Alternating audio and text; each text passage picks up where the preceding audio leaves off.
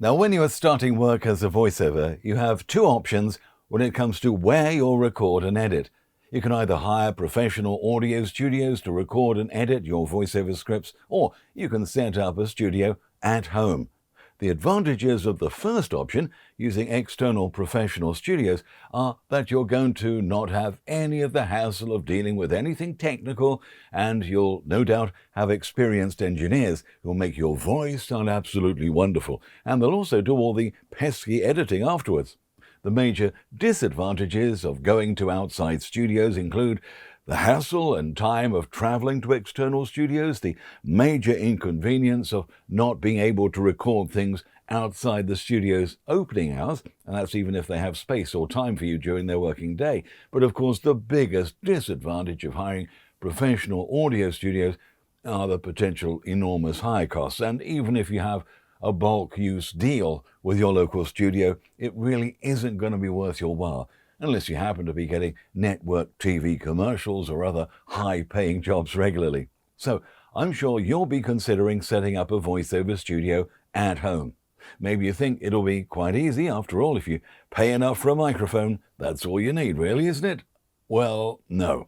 The acoustic properties of the surroundings are just as important, and you have to make the right choices in all the other equipment in the chain, from your mouth to the loudspeakers of the all-important client who will hear it.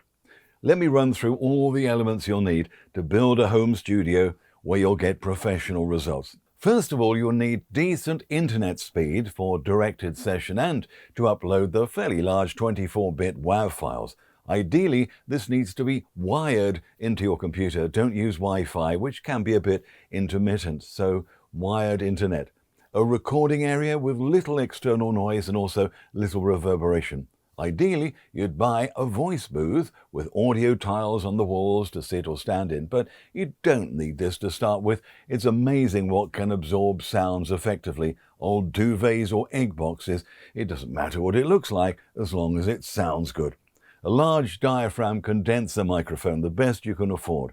Don't worry about any polar controls on the microphone. You won't need these as a solo voiceover. You'll also need a pop filter to listen plosive sounds when recording. You'll also need a microphone arm and a good cradle to lessen any vibrations or desk shocks. A preamp box and/or a quality USB connector box connecting to your computer, which should either be a silent laptop or a tower computer hidden away over in a soundproofed area. Over-ear headphones for directed sessions, and your choice of audio recording software. And don't forget a loudspeaker monitor system to play back and edit. Your recordings will be mono. We only have one mouth, so just one quality-powered speaker would be fine to start with. Well, that's the basic list, and you may feel confident in buying the right kit and putting it all together. But would you like some help in sourcing the right gear and assembling it all? I've put together a comprehensive video-based training course taking you step by step through the whole process of creating an audio studio in a home environment.